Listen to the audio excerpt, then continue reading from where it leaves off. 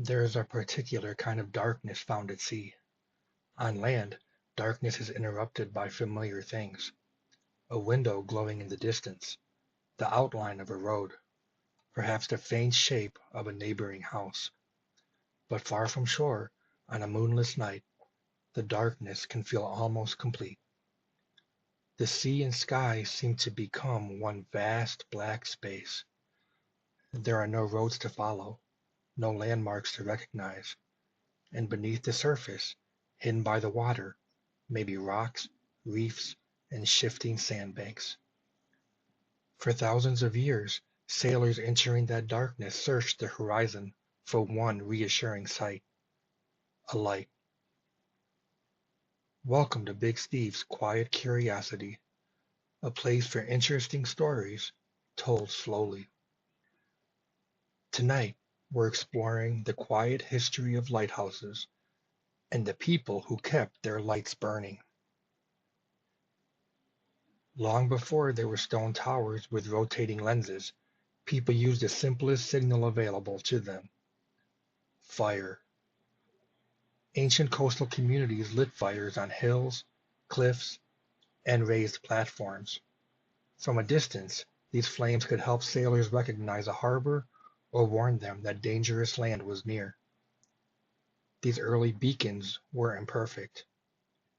Rain could weaken them, wind could scatter the flames, and without a tall tower, they could disappear below the horizon. But even a small fire was better than complete darkness. Over time, people began raising these fires higher. Platforms became towers, and some towers became monuments.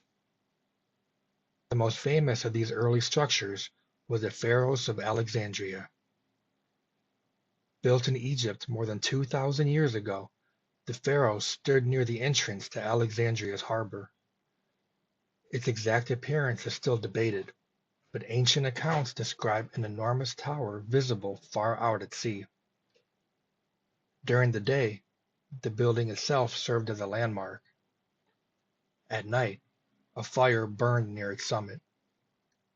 The Pharos became so famous that its name eventually became a word for lighthouse in several languages. The tower stood for centuries before earthquakes gradually damaged it. Eventually, it disappeared, but its basic promise survived: there is land ahead, there is danger nearby, here's the way home. As sea travel expanded, lighthouses appeared along more coastlines. Early lighthouse illumination was surprisingly simple. Some burned wood or coal in open fires.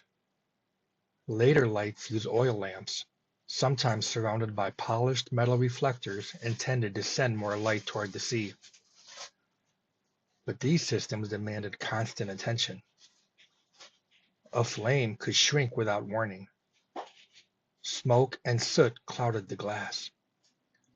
Metal reflectors needed polishing. Oil had to be carried up long staircases, sometimes several times each day. And so every working lighthouse needed a keeper.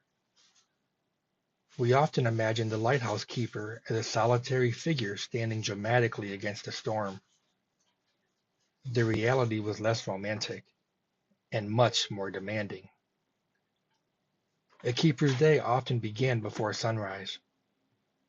After extinguishing the lamp, the keeper cleaned the lantern room. Soot had to be removed from the glass. The lighting equipment had to be inspected, polished, repaired, and prepared for the following night. The tower itself required care. Salt air corroded metal. Moisture damaged walls. Wind loosened windows and doors. There were supplies to inventory, weather conditions to record, and stairs, always stairs to climb. Some lighthouse stations had more than one keeper. Others housed entire families. Those families lived in places chosen not for comfort, but because they were dangerous to ships. Remote islands, wind-beaten cliffs, narrow points of land surrounded by rough water. Supplies might arrive only occasionally. In severe weather, a lighthouse family could be isolated for days or even weeks.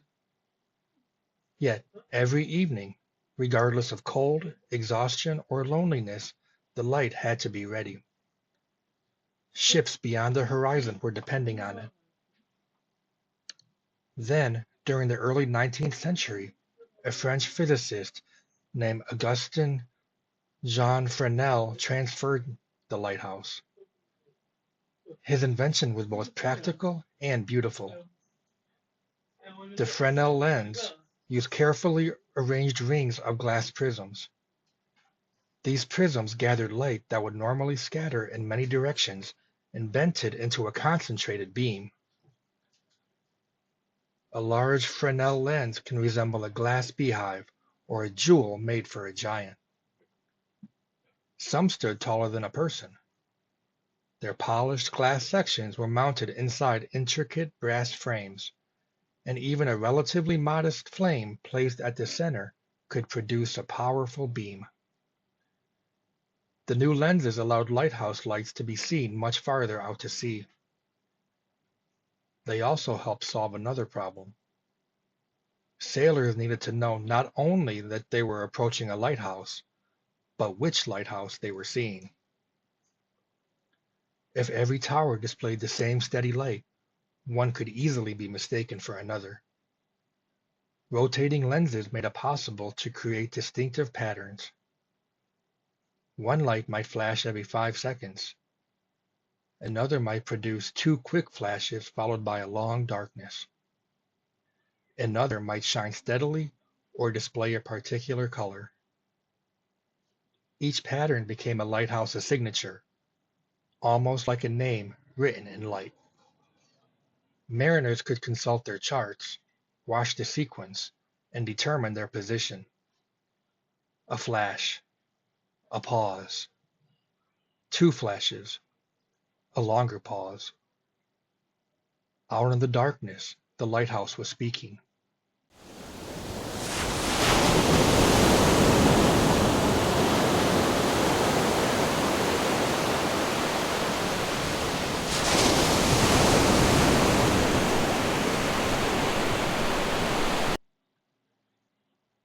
Not every lighthouse stood on a peaceful shoreline. Some were constructed in places where it seemed almost unreasonable to build anything at all. Builders hauled stone, iron, timber, and glass across rough water. They worked on isolated rocks that disappeared beneath waves during storms. Foundations had to resist the repeated force of the sea, year after year. A lighthouse could be shaken by wind for hours. Waves sometimes struck high enough to cover the windows in salt water. During the worst storms, the entire structure might tremble. Inside, the keeper continued tending the light. This is perhaps the quiet courage of lighthouse keeping. The work was not usually dramatic. It consisted of small tasks, repeated carefully. Trimming a wick, cleaning a pane of glass, winding a clockwork mechanism, carrying another container of oil upstairs. But those ordinary actions could prevent extraordinary disasters. No ship's crew would ever know every person who had cleaned the lens or checked the flame. They would simply see the light and adjust their course. Technology eventually changed the lighthouse keeper's world. Oil lamps gave way to electric lights. Clockwork machinery was replaced by electric motors. Automatic controls could switch lights on as daylight faded and turn them off again at dawn. Radio, radar, satellite navigation, and GPS gave sailors new ways to determine their location. Gradually, many lighthouse stations were automated. The resident keepers departed. In the United States, Boston Light retained the country's final officially staffed lighthouse keeper until 2023. Its light continues to shine, but the long era of the permanently stationed American lighthouse keeper has come to an end.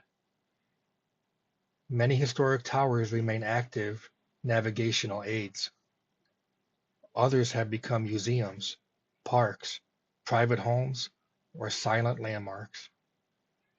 Their practical importance may have diminished, but our fascination with them has not. Perhaps that is because a lighthouse represents something larger than its machinery. It does not calm the storm. It does not remove the rocks. It does not carry a ship safely into harbor.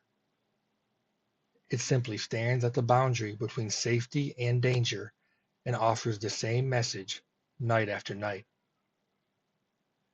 You are not alone. Someone has marked this place. There is a path through the darkness.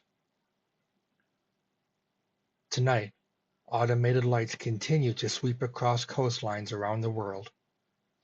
Most perform their work unnoticed. A beam travels over an empty beach, across the roof of a sleeping house, over dark waves where perhaps no ship is passing at all.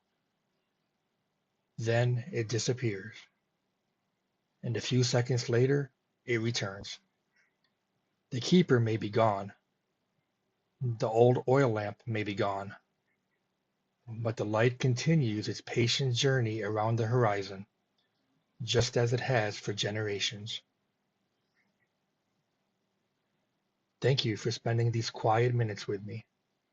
This has been Big Steve's Quiet Curiosity.